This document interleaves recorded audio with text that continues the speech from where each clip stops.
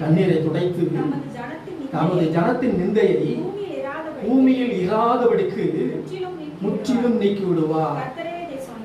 யார் சொன்னார்? கர்த்தரே இதை சொன்னார். ஆமென். கர்த்தரே இதை சொன்னார். அவர் மரணத்தை ஜெயமாக விழுங்குவார்.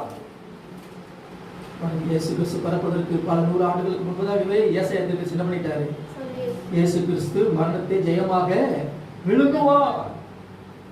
விழுங்கினாரா? விழுங்கினார். ஆமென். ஆமென். மரணத்தை ஜெயமாக விழுங்கினார்.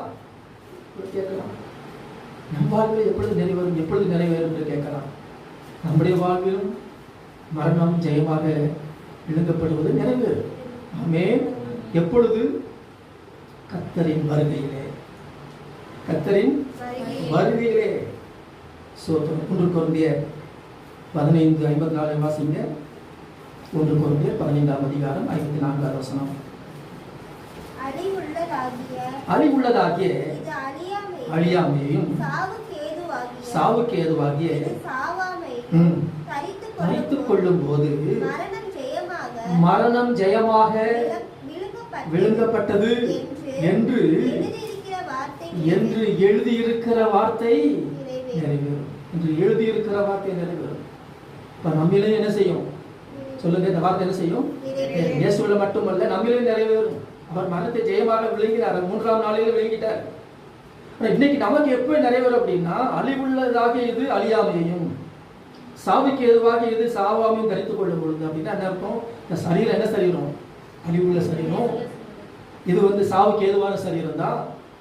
இது அழியாமையையும் சாவாமையும் தரித்துக் கொள்ளும் பொழுது என்ன அது வெளிப்படும்? மரணம் ஜெயமாக விழுங்கப்பட்டது என்பது நிறைவேறும்.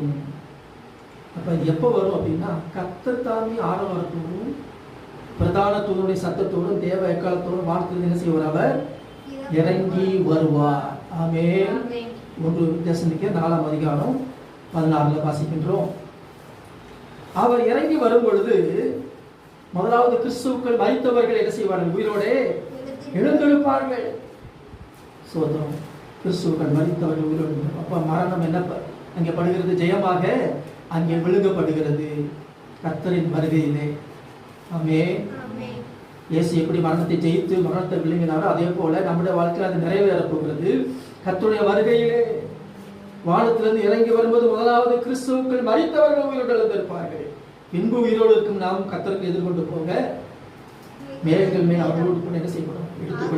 எடுத்துக்கொள்ளப்பட்டு இவ்விதமாய் கர்த்தருடனே எப்பொழுதும் கூட இருப்போம் சொல்லப்பட்டிருக்கிறது. அப்ப நம்மிலும் நிறைவேறும்.